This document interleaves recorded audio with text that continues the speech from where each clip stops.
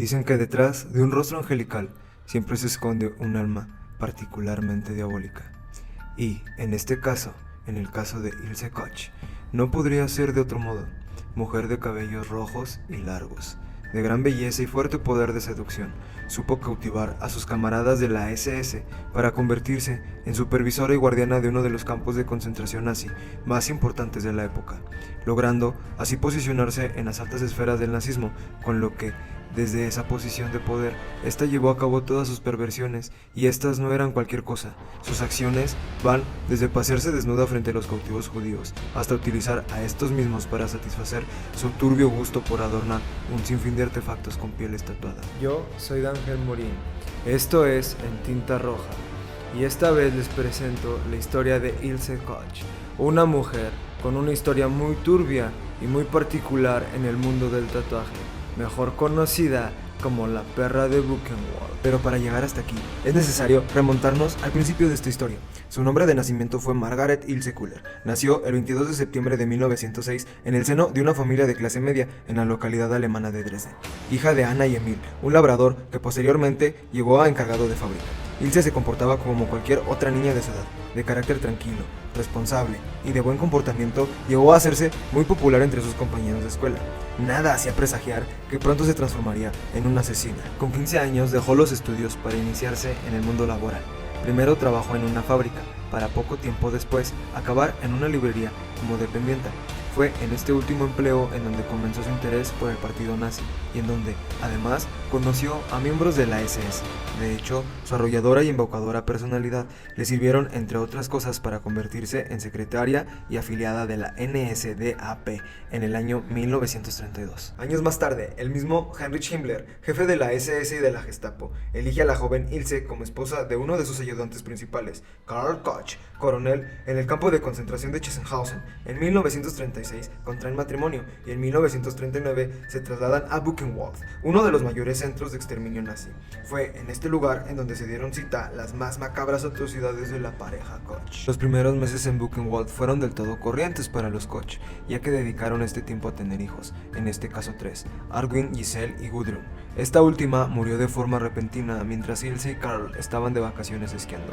A pesar de los intentos de su niñera para convencer al matrimonio de que regresaran lo antes posible, hicieron caso omiso y la niña falleció sin estar ellos presentes. Cumplido el trámite de la paternidad que se le exigía a los miembros más antiguos del Partido Nacional Socialista Obrero Alemán, la normalidad dejó paso al sadismo. Era de esperar, si consideramos la brutalidad ejercida por Karl durante su paso por diversos campos de concentración donde estuvo destinado antes. Según las víctimas que sobrevivieron, este arreaba a latigazos a los prisioneros, utilizando una fusta cuyo cabo constaba de fragmentos de cuchillas de afeitar. Además, entre las torturas que se le atribuyen estaba la de utilizar un hierro candente para marcar a los reos, o la del aplastamiento de los dedos. Ambos martirios, empleados a su vez en la época medieval, se le realizaban de forma cruel. Si alguien violaba las reglas del campo, nadie escaparía del tormento y del dolor, si Karl Koch así lo decidía. Todo ello lo puso en práctica su esposa Ilse, quien, pese a su apariencia seductora, escondía en su interior una verdadera asesina en potencia. Él enseñó todo lo relacionado con inmolación y sacrificio. La pesadilla comenzó en Villa Koch, como formalmente era conocida, y se extendió hacia el exterior. Se trataba de una gran casa en una finca aproximadamente de 125 hectáreas, sobre la colina Ettesberg. En un principio, aunque Ilse era la esposa de uno de los 7 oficiales de las SS destinados en Buchenwald, no era de aquellas que hacían amigos fácilmente. Pronto, la señora Koch se transformó en una mujer endemoniada. La maternidad no le había ablandado el corazón, nada más lejos de la realidad, sino todo lo contrario. El efecto positivo que podría subyacer en ella se había convertido en algo destructivo y mordaz. Su carácter colérico, sádico, degenerado, de gran sangre fría y hambrienta de poder se lo impedían. Algunos informes médicos posteriores le llegaron a tildar hasta de ninfómana. Para la realización de esta clase de depravaciones y fiestas, el comandante Koch mandó a construir también una especie de picadero, donde su mujer podría desplegar sus malas artes, tanto las amatorias como las criminales. El lugar en cuestión, lejos de ser algo pequeño, tenía 40 por 100 metros de extensión y unos 20 metros de altura, y costó $250,000 de marcos de la época, aproximadamente unos 250,000 euros actuales. La gigantesca morada se encontraba a poca distancia del campo de concentración, así que los prisioneros de los barracones más cercanos podrían escuchar perfectamente lo que ocurría en su interior. Una vez terminado, Ilse empezó a utilizarlo varias veces por semana. Efectuaba sus paseos matutinos a caballo que duraban entre 15 y 30 minutos, mientras la orquesta de las SS tocaba la música de acompañamiento sobre un tablado especial. A modo de curiosidad, señalar que dentro del picadero, Koch mandó a construir un aposento con las paredes recubiertas de espejos como un ingrediente adicional en sus orgías colectivas. Y fue en este lugar donde ella experimentó más y más y más, con todo su sadismo. Llegados a este punto, es donde nos compete esta historia. Su perversa colección. En cuanto a su colección de pieles tatuadas, se sabe que ella coleccionaba piel humana de los prisioneros del campo de concentración.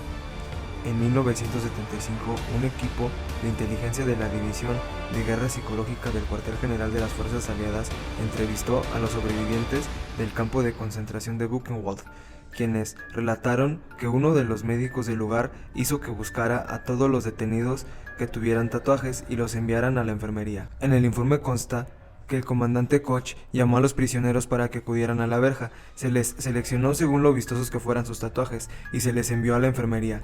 Poco después empezaron a aparecer las mejores piezas de piel tatuada en el departamento de patología, donde eran preparadas y se mostraban a los SS que acudían de visita como tesoros. Koch tenía una lámpara de mesa, artística entre comillas, hecha por él mismo con huesos humanos y piel.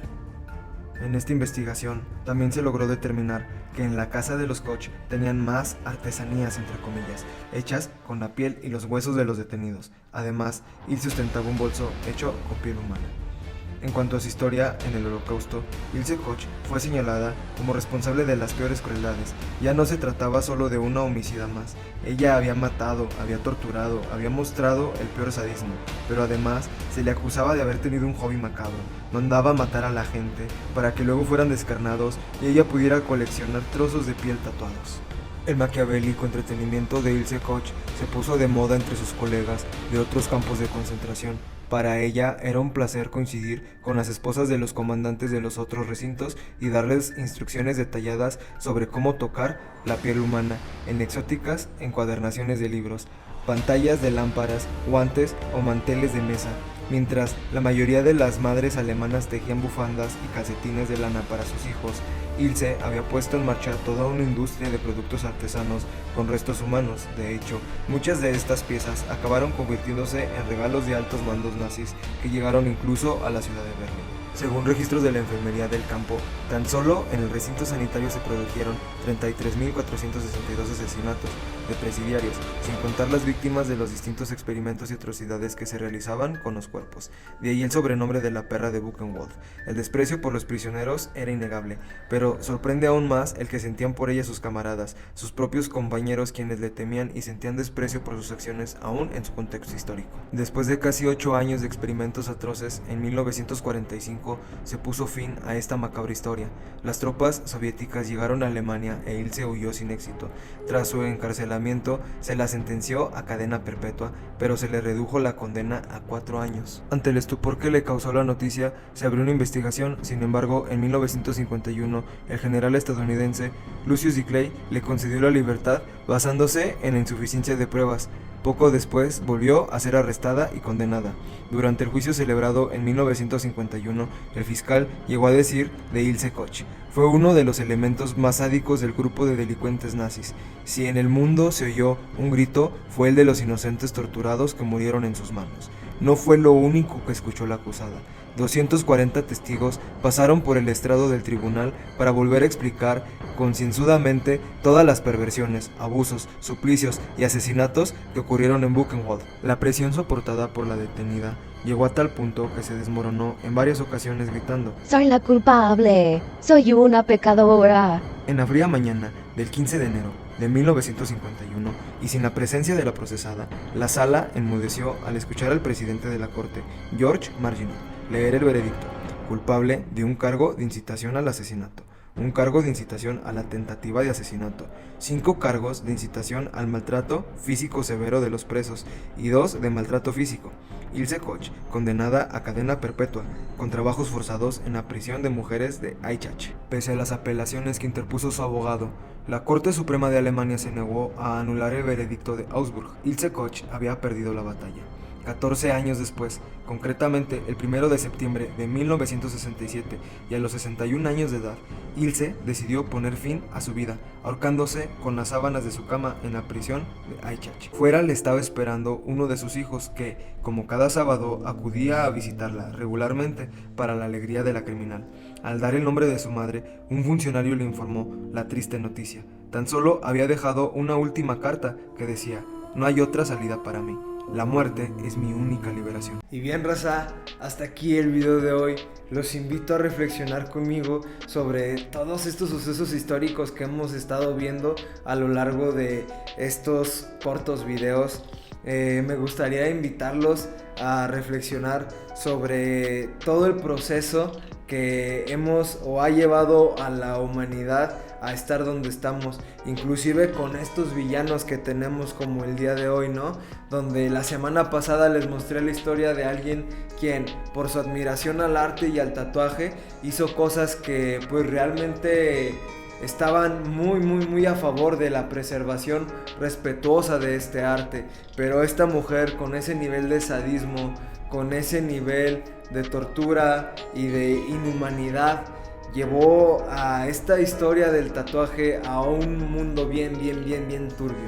Si quieren estar informados de esta y más historias así turbias en el mundo del tatuaje, los invito a que sigan suscritos a este canal, que le den a la campanita y estén atentos al próximo video, ya que estaremos subiendo más videos así para este subcanal, La Raza Tatuajería, y en esta sección en tinta roja les contaremos sucesos turbios y pues de esta índole en el mundo del tatuaje. Les agradezco mucho, hasta la próxima, bye.